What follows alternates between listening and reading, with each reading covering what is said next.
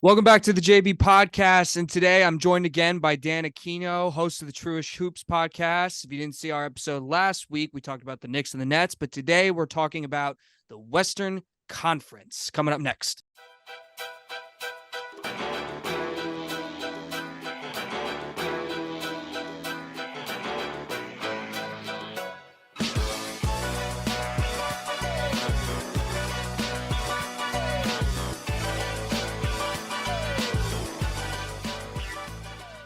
I recorded an Eastern Conference power rankings last like a few weeks ago, right before the season started, and I was going to do a Western Conference, but I foolishly didn't do it in time. So I thought it would be better if I talk about it with my buddy Dan Aquino, and we could talk about how maybe already they look a little dated after 2 weeks. You ready, Dan?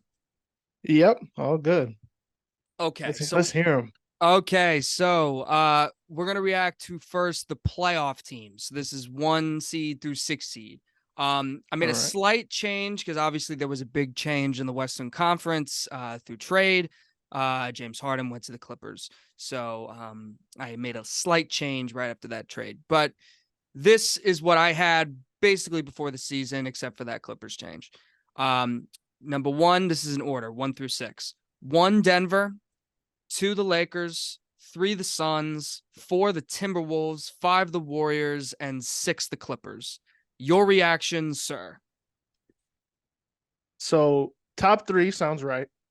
I know the Lakers have gone off to a slow start, and so have the Suns because of the injuries and stuff that they have to figure out. The Wolves being so high, I did not expect the Wolves to be this good. But they've seemed to finally come to the realization that Cat is not their best player. And now given all the reins to Anthony Edwards, and he seemed to have taken that step. So it does make sense that they may finish in that top 6 for sure, when I did not expect them to initially. What were yours? Just curious. So we have the same top 3. I had Denver, LA, and the Suns. Then I had the Kings. I had Memphis because I thought they were going to be all right without Ja. They're definitely not without Ja. Yeah. And then I had the Warriors 6th. Yeah, so my thinking going into let's talk about the Timberwolves real quick. Mm-hmm. That was a risky pick for me, and I knew it. It was like going to be one of my riskier picks because I think I have the Timberwolves where a lot of people I think even had like the Thunder like taking a huge jump. Yeah. Mm-hmm. Yeah. And I didn't really see that with the Thunder. I thought the Timberwolves had more talent. I think defensively with Jaden McDaniels has been incredible this year. I was kind of expecting a bit of a bounce back year from Gobert because I kind of thought it was like, this is it, like with him, like he's going to be there. They traded a lot for him. And to me, the guy to go was probably going to be Towns. And I still think like that's still on the table because Towns hasn't played well. I think a full year because they played really well after the trade deadline, after trading for Mike Conley, getting Towns back. Like they played really well. And if it wasn't for that last second stupid injury by Jaden McDaniels punching a wall and Gobert punching Kyle Anderson, that stuff, like, Yeah. that's probably, and they kind of fought against Denver. I know Denver took care of them pretty easily, but like Edwards was like a game-winning shot away from forcing that to 6. And really nobody showed Denver too much of a fight except for Phoenix for the rest of the playoffs. Like not even the Lakers did that. Even though those games are pretty close. I just thought the Timberwolves had a lot of talent, and I thought they were going all in, and I expected Edwards to take a jump. And that's why I had them as high as 4, but I understand people didn't. Golden State at 5, I think they're an improvement, specifically getting rid of Jordan Poole and replacing him with Chris Paul. I think he's just a more intelligent basketball player. And kind of fits because people were concerned. I don't know about you, but people were kind of concerned about like Chris Paul is more of a pick and roll kind of player. Is he going to react to that read and react offense that Golden State runs? But he seems to be fitting fine. I knew he had to come off the bench. I think that was the only question I had. Like, is he going to be okay with that? But no, he's been good. What do you think of the Clippers at 6? Well, if we're judging from how the Clippers look right now, I mean, you could make an argument they may not even be a playoff team. I mean, like seriously, like they just look so terrible when all four of them are on the floor together. They look like they don't want to step on each other's toes. They don't know what to run really. They're just kind of taking turns. I know both of us we got a close look at them because they played both of our teams. They played the Knicks and they played the Nets. And then last night they got obliterated by the Mavericks and Luka Doncic. I just don't know what the Clippers are going to do other than say one of you four has got to come off the bench. And if that is the case, it looks like it's going to be Russ. And that's what we talked about last week, that I was afraid that adding Harden to this team, it was going to kind of ruin Russ's flow. Because what is he to do there? Because he can't stand in the corner and shoot. And he needs the ball in his hands to really be effective. And it was working before they made this trade. You know, they were 3-2 up to that point. You know, Russ has been playing good basketball, at least the best we've seen in the past few years. But now it's kind of been thrown out the window because now you got to accommodate Harden and he wants the ball in his hands, but you need Paul George to have the ball in his hands. He's probably the best of the four, today. And then Kawhi, of course. It's just a lot to really figure out. I just don't know if the Clippers will be able to, especially in this Western Conference. There's no easy games in the West. Like the West has been crazy. Even the teams at the bottom, Houston's not a easy game. San Antonio with Wemby's not an easy game. Like the Pelicans, Minnesota now, OKC, Dallas is doing really good. A lot of these teams, you can't just, take time to figure this out. That's what the Clippers have been doing the past couple of years. They're like, you know what? Regular season is the regular season. We'll just get through it in the playoffs. No, the regular season matters. So these losses are going to, pile up until they figure this out. And I feel bad for Ty Lue because he's going to have to figure this out somehow. I don't know what he's going to have to do, the decisions he's going to have to make. I think it's also concerning, like when you talk about time, to play together, the Clippers don't have a lot of time because look at this. Kawhi and Paul George have played all the 3 games that they've played. I mean, what are the odds that happens, honestly? Like them playing 3 straight games is honestly like, oh, that's something. Here's my thing. So I originally had the Clippers like 8th, I think, before this Harden trade. And then when they got Harden, I bumped them up to 6. So not like that much of an improvement, but like out of like the play-in territory. And that's just mainly because I trust Kawhi and Paul George's health. I think it's only been 3 games. They haven't looked good. It seems to be a lot of taking turns. I said this from the beginning. Russ has to come off the bench. It's like so obvious. Unless he's going to screen and like roll, like I don't really see him doing that. I saw him do that sometimes in the Knicks game. But that was very minimal. You know, there's just an issue with like Harden. Like Harden is going to provide regular season stability. That's what I said. And the Clippers needed that.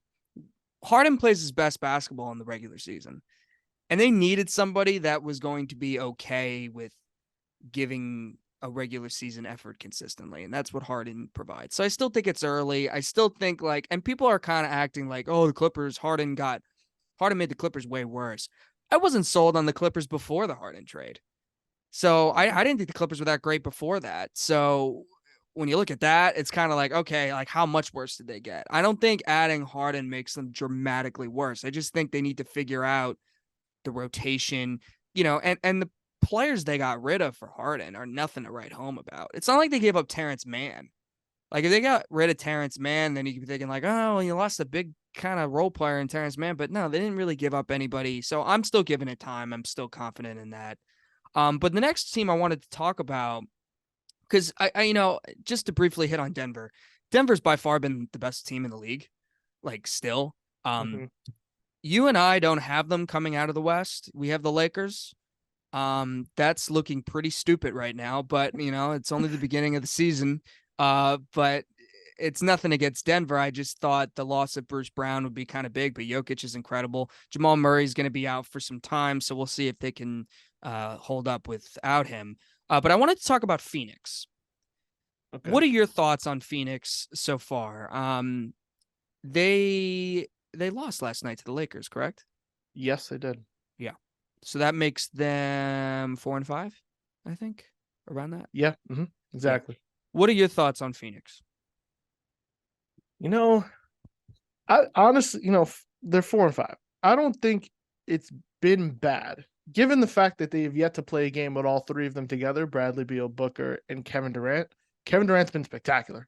I mean, he's been really, really good. I mean, it's. We talk about LeBron's longevity. I mean, KD, you could talk about that too. If you factor in all the injuries he's had, it's amazing that he can still light you up on the court. Double team doesn't matter until they're able to play all three of them together. I don't know if you can really judge them because with the little depth that they do have, or like the random depth that they have, they've been okay. Now they have 2 losses to the Spurs and now 2 losses to the Lakers. Other than that, they've beaten who they're supposed to beat. They have another loss to the 76ers, who have been fantastic as well. So their schedule hasn't been super easy, but I don't think it's been terrible. They got to get Beal somehow. Well, they have Beal on. They got to get Booker back. Them taking turns stepping out is not going to be good, but I don't think it's been bad. I think Frank Vogel's done a decent job. Defensively, they haven't been terrible. Last night, they just lost to LeBron and the Lakers, who have seemed to figure out the Suns, but nobody else. But in terms of the West, I mean, I don't know if they're equipped to beat Denver, and so far they haven't been equipped to beat the Lakers.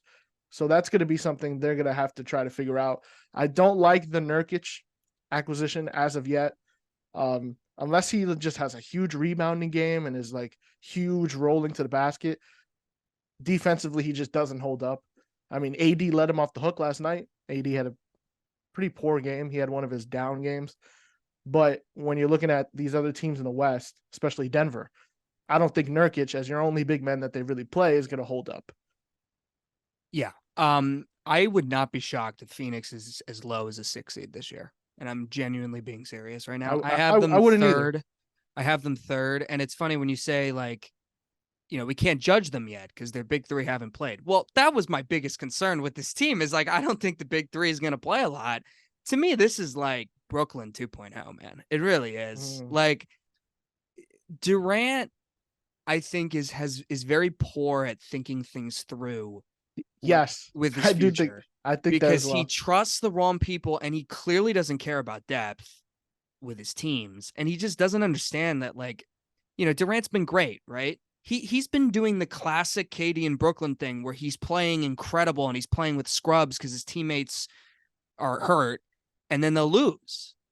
And they're like, well, once we get these guys back. Yeah, when Durant gets hurt, because it's gonna happen. It's gonna happen. I'm just telling Phoenix Suns fans right now, after watching the guy, it's going to happen. He's gonna play 50 games at the most this year, maybe 55. Wow, 55, 60 games I'll give him at the most. I think what's really concerning is that Booker's already hurt.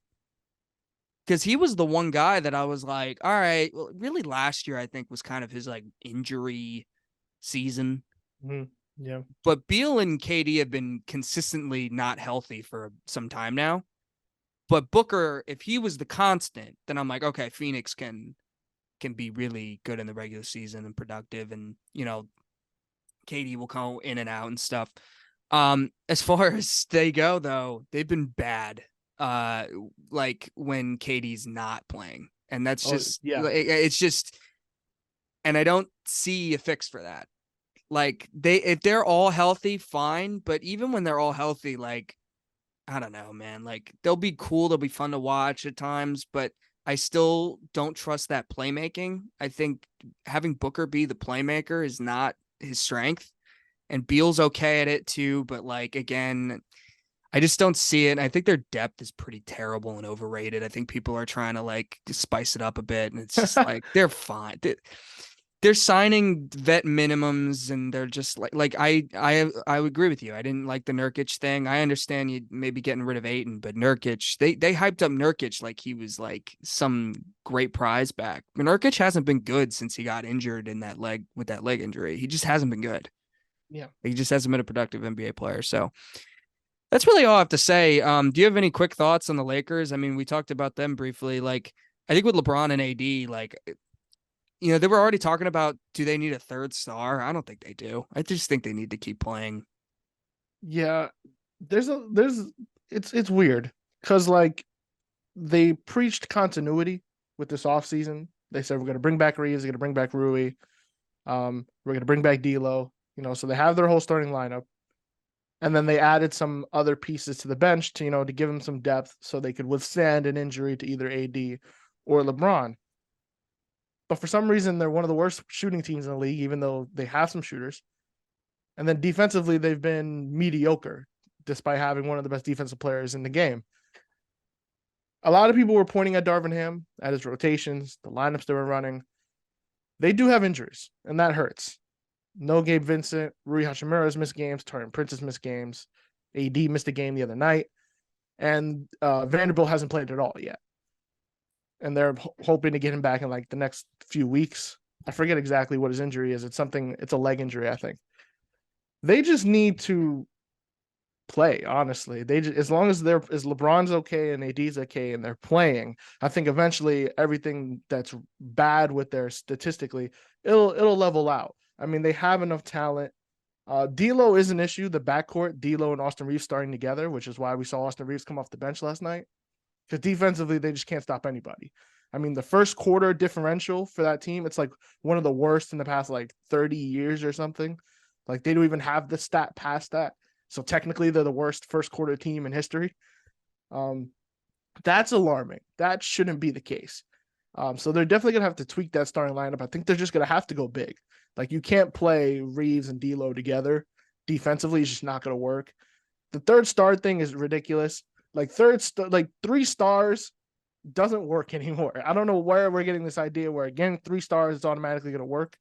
We're looking at it in Phoenix. It's not working because you can't have them all together because of injuries. And then in LA, they have 4, and that's just almost a disaster. So I don't think they need another star. Like they don't need Zach LaVine. They don't need, I don't even know who else they're throwing in there. They just need to figure out their defensive rotations. Darvin Ham has to do a better job, to be honest. He did a good job last year. Rookie head coach. He had to deal with the Russell Westbrook stuff and the constant changing that they had at the deadline. I think he's good enough as a coach. He can figure this out.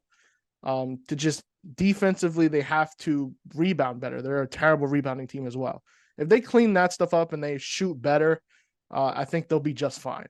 They're starting Cam Reddish right now. He's never really been a good starter, but he had a great game last night. I don't know if that's sustainable. I think he had like 17 points at 5 threes. But for now, until they get Vanderbilt back, I think they're just going to have to, weather the storm a little bit.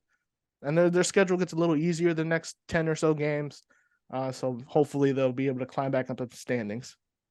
It's a classic Cam Reddish game, dude. Like the guy, he'll have like one random awesome game and then he'll disappear forever. And it's funny because like Knicks fans on Twitter have like a habit of keeping tabs on all our former players for some reason. Like anytime Obi Toppin plays badly, we talk about it. Anytime Obi Toppin plays well. It's been good for Indiana though, right? What? Hasn't he been good for Indiana, Obi Toppin? He's been decent. Yeah, he's been good. I think he's averaging like 9 or so points per game. He's starting for them. But Indiana has just so much like guys they want to play. So like everyone doesn't get to play a lot except for, Halliburton, clearly. Yeah. But yeah, everyone was reposting Cam Reddish's stat line and the fact that, LeBron James has trusted him to, be this great player. I don't know if he's going to play like this every night. He definitely isn't. But I was glad to see, that after missing that shot in Miami and everyone kind of criticizing him, even being on the floor, that he played really well. He kind of helped them win the game last night. I have steals too, yeah. Yeah, I have a theory, and you could tell me, really, other than last year after the trade deadline, and that's really because Davis went off. I think LeBron, like a lot of LeBron teams, they play so bad when he's not on the floor. Yeah. Or they play so bad. And I have a theory, and I think it's because like LeBron teams are so structured to be built around his decision making 24/7. That's why he always needs the ball. Like, so the entire offense and the way everybody plays is so reactive to him and what he does. So when he's not on the floor, they look lost. And it's happened with like so many of his teams. Like even like you go back to Miami with Wade and Bosh. Like remember that last year with Wade and Bosh? Like it seemed like every time LeBron wasn't on the floor, they were bad. And like in Cleveland with Kyrie and Kevin Love, their record without LeBron was always bad. I think they had 4 wins that entire 4 year Yeah, like stretch it was just bad. And without then him. like he goes to the Lakers, right? That first year, and we all look at that Lakers team that first year and we're like, oh, they weren't that good. It's like, I don't know, man. Like they had Lonzo, Kuzma, Ingram, all young, I understand, but like, I think they were fourth in the West, and they had just yeah. beaten the Warriors on Christmas And then before he he went gets down. injured Yeah, and then they're lost. Like they yeah, just don't know how to play without him. And I think it's concerning because like LeBron is like, he's still amazing. Like he's been incredible this year, but he's playing a lot of minutes and he's also he's older. old. So He's old. like he had a health scare yesterday, right? Yeah, So I think that's like concerning. Like I didn't think the Lakers when I had them number 2, I had them as the number 2 best team in the West. Not sure if I have them as a 2 seed because I don't trust their health really. But I thought this year would be a little bit different because they seemed to play well without him last year. And this year, not so much. Now, I wouldn't worry too much about Reeves because I don't know if you've been following most of the FIBA players that played over at yeah, FIBA. yeah, Mikal Bridges specifically has been awful. And yeah. like, I still think Mikal Bridges is going to be good, but Mikal Bridges, even last night, like terrible. He's had like one good game. And I think it was against the Bucks, who have been terrible defensively. So, I wouldn't worry too much about Reeves. I think he'll be fine. Russell, we'll see. Like, and as far as the third star thing goes, things are going pretty well in Dallas right now. So if they still want Kyrie, which I wouldn't, I don't think Zach. We'll see what happens with Zach LaVine and DeRozan. I think DeRozan's a weird fit with the Lakers. LaVine's definitely a fit, but like I don't know, is LaVine gonna be okay with shooting not as many shots and really committing defensively? Well, I think they're fine. there was like a clip. I forget how long ago it was. I forget it was on like one of the ESPN shows where he was talking about like how much he would want to play with LeBron and like a dominant big, and everyone was like, oh, he's talking about the Lakers. He wants to go to the Lakers. Um, Yeah. and Whatever. and Chicago's that team right now. Like it's over. Like Mm, it's pretty much over. Like there's just no way this team can improve to like actually compete. mm. So it just would make sense to like trade DeRozan because DeRozan's going to be a free agent after this season, Yeah, and then I agree. he's older. I don't know if you want to pay him the money, and then they re-signed Vucevic for some reason. I guess why not? Well, it's because they committed so much in that trade for him. That's true. Yeah. Yeah. So that's probably why. Just want to move on to the play-in teams now because I think we've Okay. talked everything we need to about the top 6 playoff teams. I think those are fine. I still believe those will happen. But as for the play-in teams, I have the OKC Thunder at 7, Grizzlies at 8, Kings at 9, Pelicans 10. What were Mhm. your play-in teams? I had the Clippers at 7th. I had Dallas 8th, Mhm. Oklahoma City 9th, and then Minnesota 10th. I actually left out the Pelicans. Yeah. What was 9? Sorry. Oklahoma City. Oklahoma City. Okay. Yeah. So, um, we got to talk about the Grizzlies, man. I I, just I, I I, I'm kind of I was in a line with you. Like, I thought, like, because the last few years they played great without Ja. I thought Dylan Brooks was a loss that wasn't a big deal, and replacing him with Marcus Smart, thought that was fine. Like, I thought that was an upgrade. yeah. Even though Smart wasn't really that great last year, I think people don't remember that. Like, Smart wasn't really that great. I think Celtics fans will tell you, like, Marcus Smart was not great last year. Like, Derek White was head and shoulders above him. Mhm. Um, as far as the Grizzlies go, it's really concerning because I think they lost again last night, and Yeah. Jaren Jackson got ejected. Was that last night? I forget, but Yeah. They played the Jazz. yeah, and the Jazz aren't good either. So that's very bad. And um, I mean, at how bad does their record have to get where you look at Taylor Jenkins and you're like, are you the guy, man? Like That seriously, and I get it because it's not all his fault. Like I think that team's really immature, and I think it's crazy that we go from the Grizzlies being title contenders that are so young and they have such a great future. They're the next, they're the future Western Conference champion and contender. And now all of a sudden they're like they're just an immature mess. Like, and they've done even when Ja comes back, because like this is what's like if I'm a Grizzlies fan, I'm hoping like hoping like they can go 500 for the rest of the amount of games that Ja comes back, and I think that would leave their record at like what 9-17 or something like that. Like it's still not good if they go like 10-10 or something in the next 20 games, or 8-8 or something. Um, I don't. I just think like with Ja, if Ja comes back, like the most as far they go at this point is playing, Yeah, I right? mean, Especially with with how starting, tough this conference is. yeah, you start 1-8. We saw the Lakers start 2-10 last season. They were able to climb the way back into the play-in, but Mhm. this team doesn't have the talent the Lakers had last season.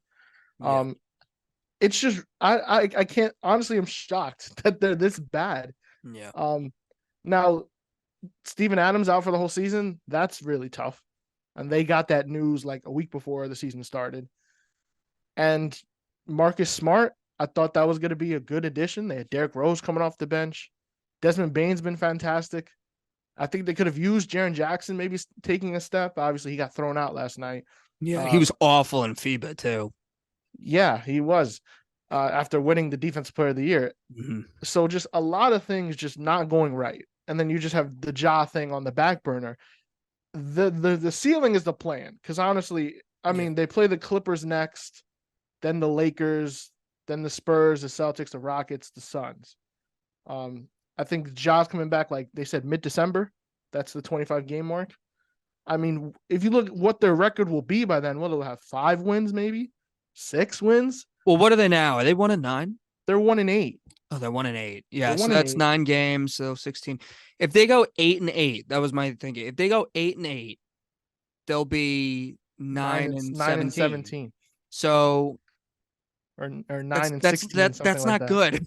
So, and that's them going 500. Um, But like, do you honestly think they will? no, I I, don't think so. So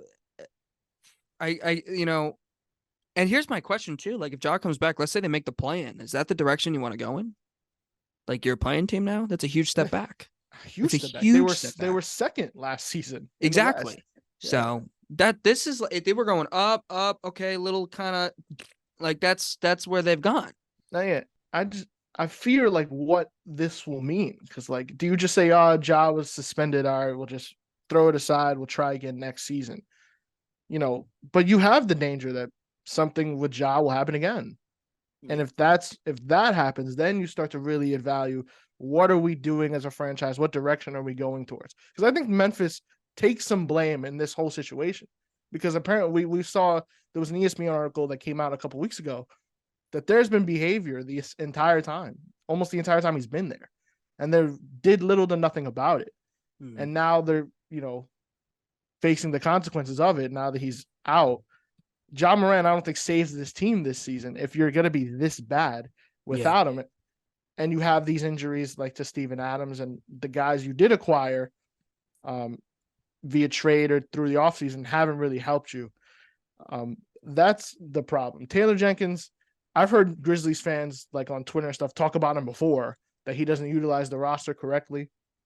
And now it's just looking really worse. And, they were really mad about the officiating yesterday. You shouldn't be mad about the officiating. Yeah, Jaren Jackson got thrown out on like a kind of Yeah. whack double technical. Yeah. They gave him back-to-back technicals really quickly, but you're 1-8, and you gave up 127 points to the Jazz, who are 3-7. Like Yeah. that's just not that's not good. Their one win is against the Trailblazers, Mhm. who are also one of the worst teams in the West. Yeah. Was and then and yeah, it just that's my thoughts with the Grizzlies. Really, really is.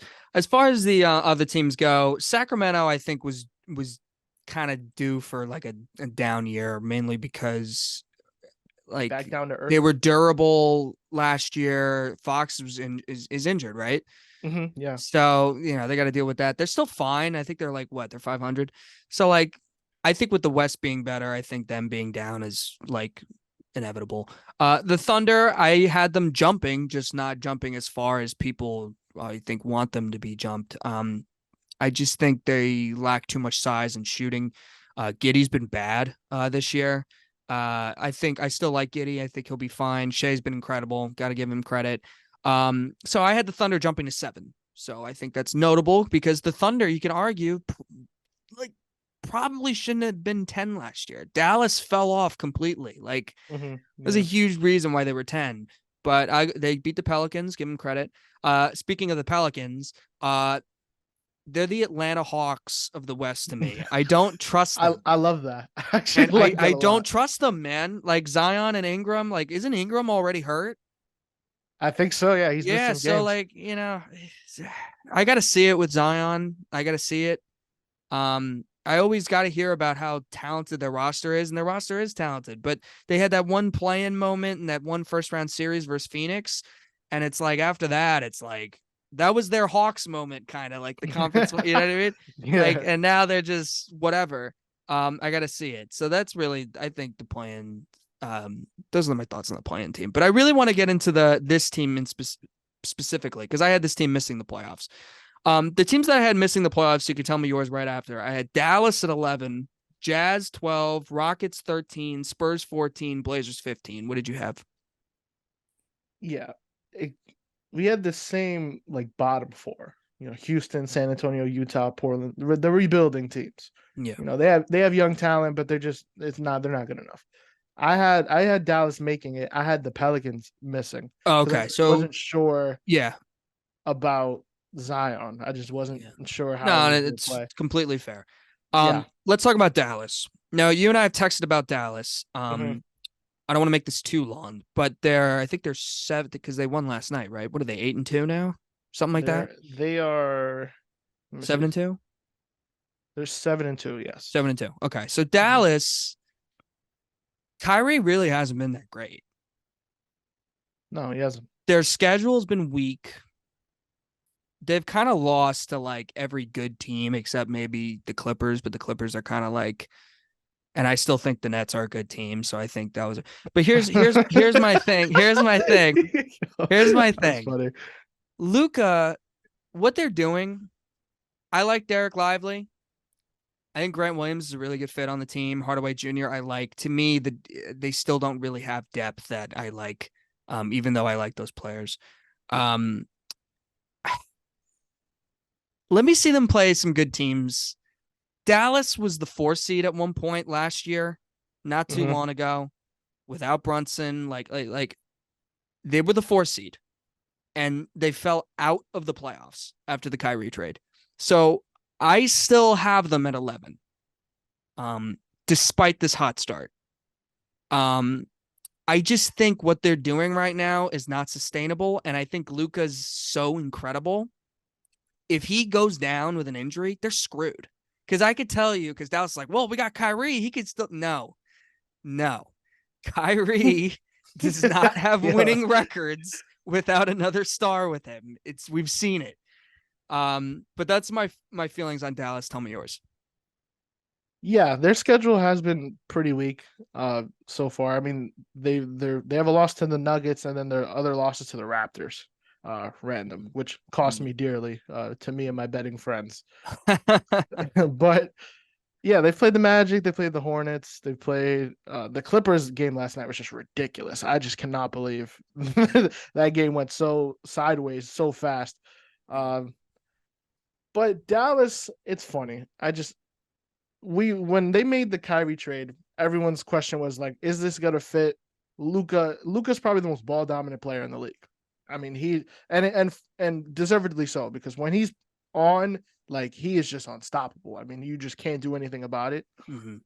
But I fear that they're so reliant on him that, like, if when he plays poorly, or like you said, if he gets hurt and he has to miss games, they're gonna fall apart completely. And they're already not a good defensive team. Mm-hmm. They just don't have the personnel, and they're relying on a lot of young guys coming off their bench. They're starting Derek Jones Jr. Excuse me.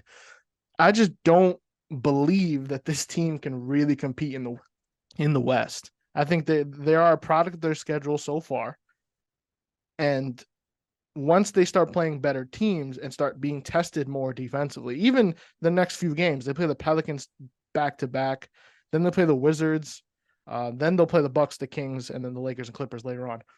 But Luka's been fantastic. He's probably either one or two in the MVP ladder right now. Kyrie, like you said, hasn't been great, because it's just so awkward for him to be standing around watching someone else dribble while he does nothing really. So they kind of just have to like He's done give that him. before. To give him credit though, he's done that before. Like Harden did that. He was great with Harden. And he was great with LeBron. So that's why I thought the fit with him and Luka would be fine. You just had to give it some time. But yeah, go on. Yeah, I defensively has always been the question for me, but they've had a hot start. I give him that. And Jason Kidd has done a decent job, at least offensively. They've done really good. And Derek Lively has been a really good, plug-in. The Dwight Powell's come off the bench now. He was starting last year. They're Yeah. now bringing him off the bench because Derek Lively's been so good. But it's really just Luka, and it's just solely on Luka. It's almost similar to like LeBron back in the day. I mean, LeBron didn't have a Kyrie, but he does everything for them, and it's so like, yeah. Go ahead. Here's what so when remember when Luka hit that ridiculous shot versus Brooklyn? Yeah. Okay. Nick Claxton and Cam Johnson did not play in that game. 2 Nets starters. Yeah. And I see Mark Cuban after Luka. I'm like, dude, if Luka needs to drop almost 50 with an impossible 4 threes at the end to beat the Nets, who I think are good, but like are a 6 seed play-in type team. Like, if you need that at home, like I just don't believe in you. That's really what I got to say about Dallas. But I think Utah trying to tank, whatever with them. Spurs, even with Victor, they're still not great around Victor. Portland, Scoot Henderson has got off to a brutal start. You hope he gets better. I think he will. Same with Ayton. Ayton really hasn't been that great. Robert Williams, they should have traded him. I wouldn't have kept him. 100%. I was actually surprised that he was still on the roster. I was like, why did they keep Robert Williams? Like, why are they just bringing him off the bench? Like, just playing him sparingly? It doesn't make sense. Yeah. Well, shout out to Houston for hiring Ime Udoka, and thank you, Malika Andrews, for being the reason why the Nets didn't hire him. But but anyway, that's gonna do it for the JB podcast today. Shout out to Dan Aquino. You can find his stuff. It'll be his links will be in my description where you can find him. Great having you on today, Dan, again. All right. Thanks, James.